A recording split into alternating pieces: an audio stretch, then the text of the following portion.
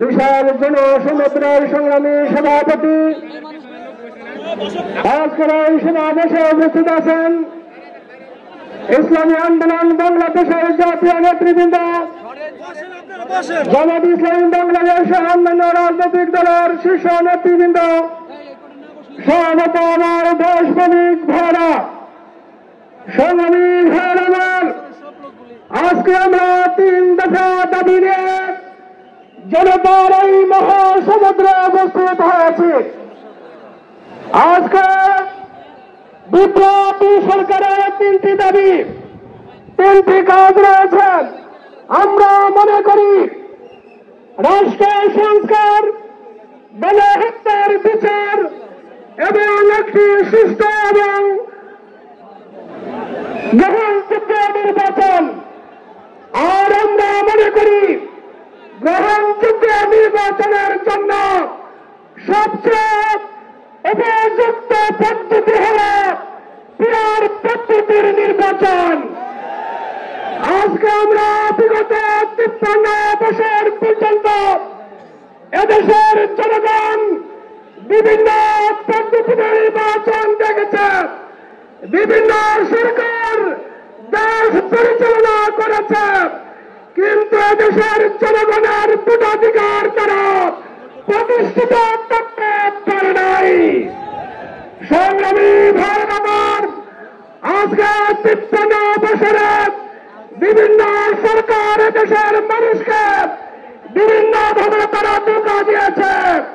তারা ধোঁকা দিয়েছে নতুন বাংলা প্রতিষ্ঠার, তারা ধোঁকা দিয়েছে সবুজ বাংলা প্রতিষ্ঠার, তারা ধোঁকা দিয়েছে ডিজিটাল বাংলা প্রতিষ্ঠার, ধোঁকা দিয়েছে সর্বশেষ তারা স্মার্ট বাংলার জন্য ঘোষণা দিয়ে এই দেশবাসীকে চরমভাবে ধোঁকা দিয়েছে। প্রিয় ভাই আমার,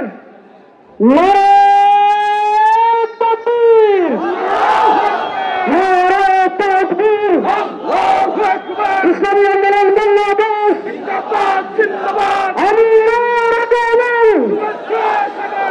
শুভেচ্ছা স্বাগতম। সারা বাংলাদেশি দাবাই দেশের চরমনায় নারায় তাকবীর।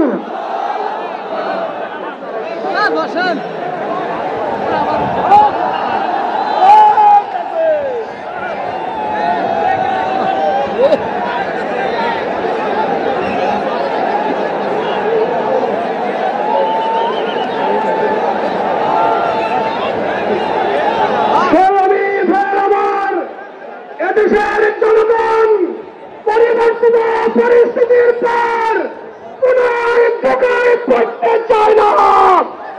এই জন্য আগামীর বাংলা হবে ইসলামের বাংলা।